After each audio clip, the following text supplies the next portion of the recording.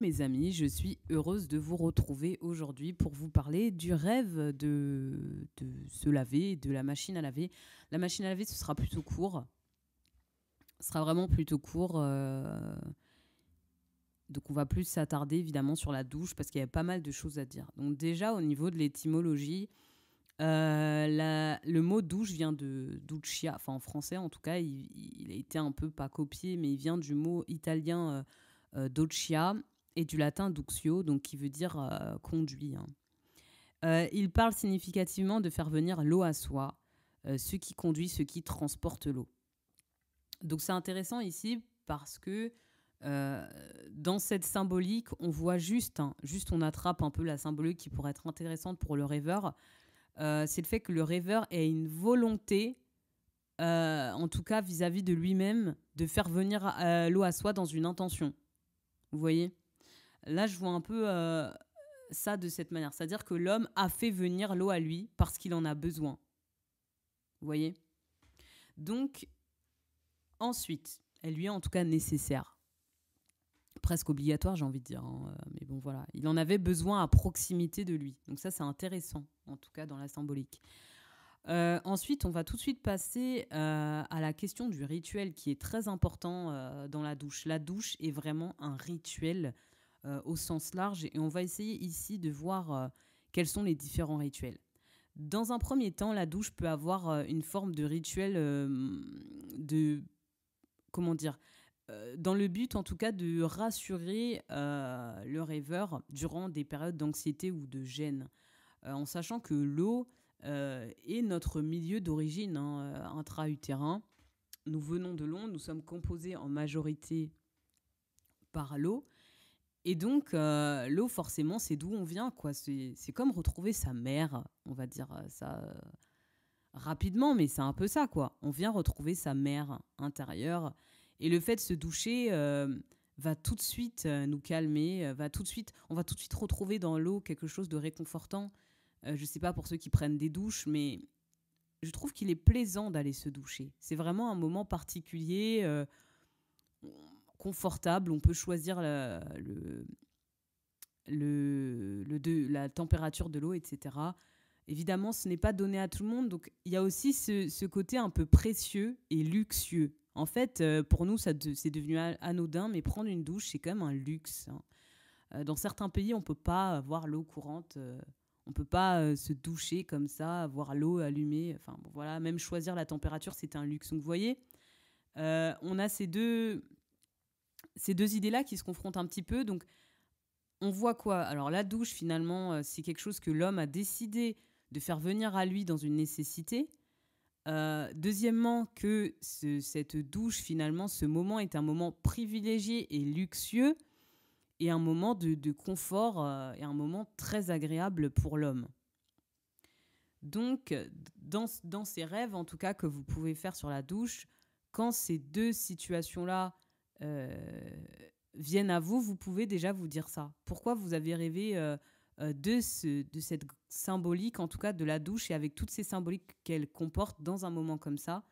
Que s'est-il passé récemment qui fait que vous avez en vous un appel à cette symbolique de la douche en particulier? Donc pour continuer dans ce décortiquage du rêve de la douche, il faut savoir que la douche a aussi une forme de rituel sacré, en fait. C'est un rituel sacré et sous plusieurs formes. Alors, dans un premier temps, on peut parler finalement des Romains dans les termes qui attribuaient au bain des vertus, donc permettant la circulation sanguine avec l'alternance du chaud et du froid.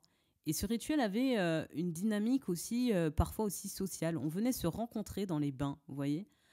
Euh, il y a aussi, bon, je sais pas pour vous, mais quand on pense aux thermes et aux bains, on pense aussi tout de suite aux statues avec les corps. Et puis vous voyez comment étaient décorés aussi les thermes à l'époque. Parfois, il y avait vraiment des décorations luxueuses. Il y avait vraiment, je suis désolée, mais on pense un petit peu à des tableaux de nymphes, etc., avec tout le côté un peu polythéiste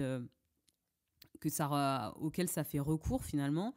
Et je pense qu'il y avait aussi quand même cette signification de euh, j'ai le mot hédoniste en tête, mais un peu l'apologie du corps, du beau, de la saillance de la musculature ou des courbes du corps. Il y avait un peu ce truc-là. Quand on pense au bain de l'époque, on peut penser à un côté un petit peu voyeur et à la beauté du corps humain.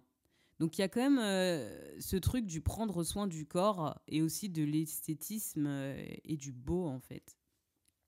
Donc il peut avoir, en tout cas pour le rêveur, quand il rêve du bain ou d'être dans la douche, il peut aussi avoir voilà, ce petit côté un peu, on va le dire, érotique, hein, au sens du corps, et de vouloir se sentir beau, parce que aussi il y a le rituel par exemple, on connaît tous, enfin pratiquement tous, je pense qu'on connaît ce moment où quand il y a des grands événements, il y a vraiment un temps qui est mis, un temps particulier qui est donné à la toilette, où vous voyez que ça va loin, quoi.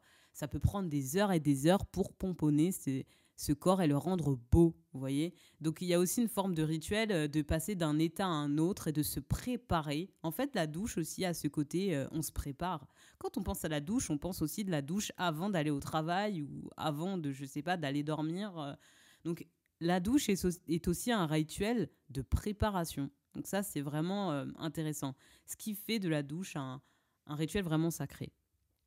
Dans un deuxième temps, par rapport à ce rituel très sacré, nous avons aussi la purification et le baptême.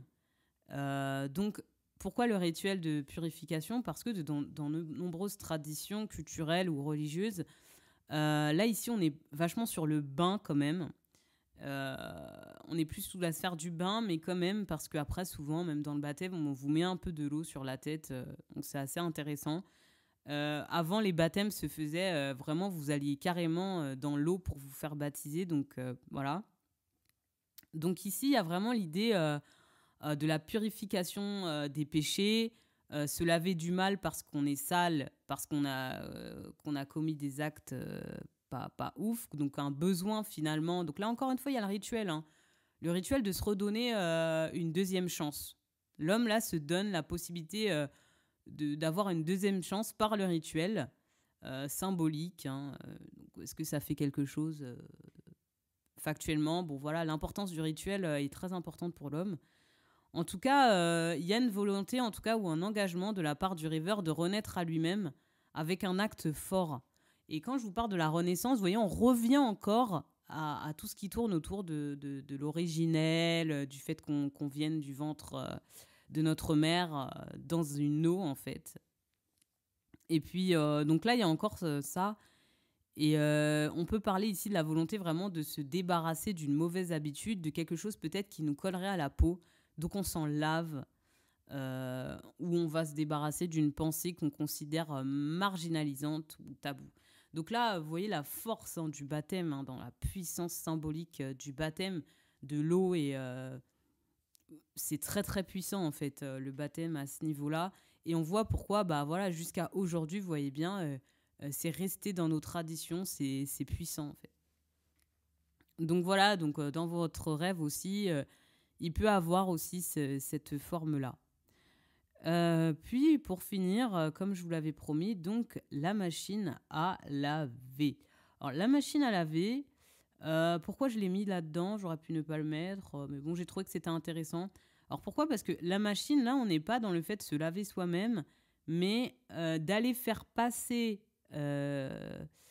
notre invention, notre déguisement quotidien dans une machine finalement. Et cette machine, qu'est-ce qu'elle veut dire ? Il faut savoir que la machine, c'est quelque chose qui a été créé de la main de l'homme pour faciliter la vie de l'homme.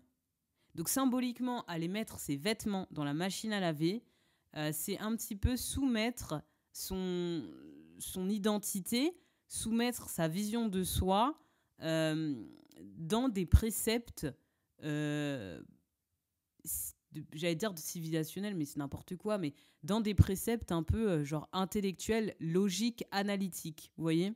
La machine à laver, pour moi, c'est vraiment, bon, on va dire, c'est le mental, quoi, vous voyez ?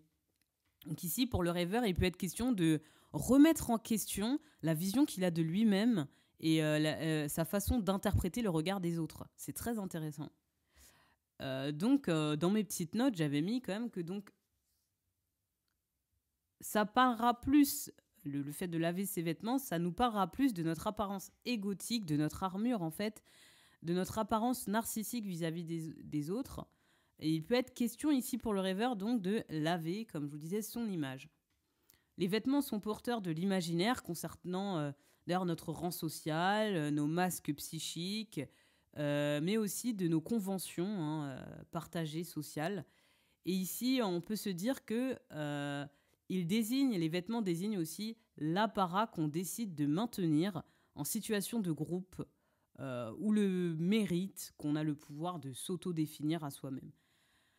Le vêtement sale, en contradiction, si vous rêvez de vêtements sales, alors ici le vêtement sale va plutôt nous parler de la mésestime de soi ou d'un attachement à notre vision de nous-mêmes.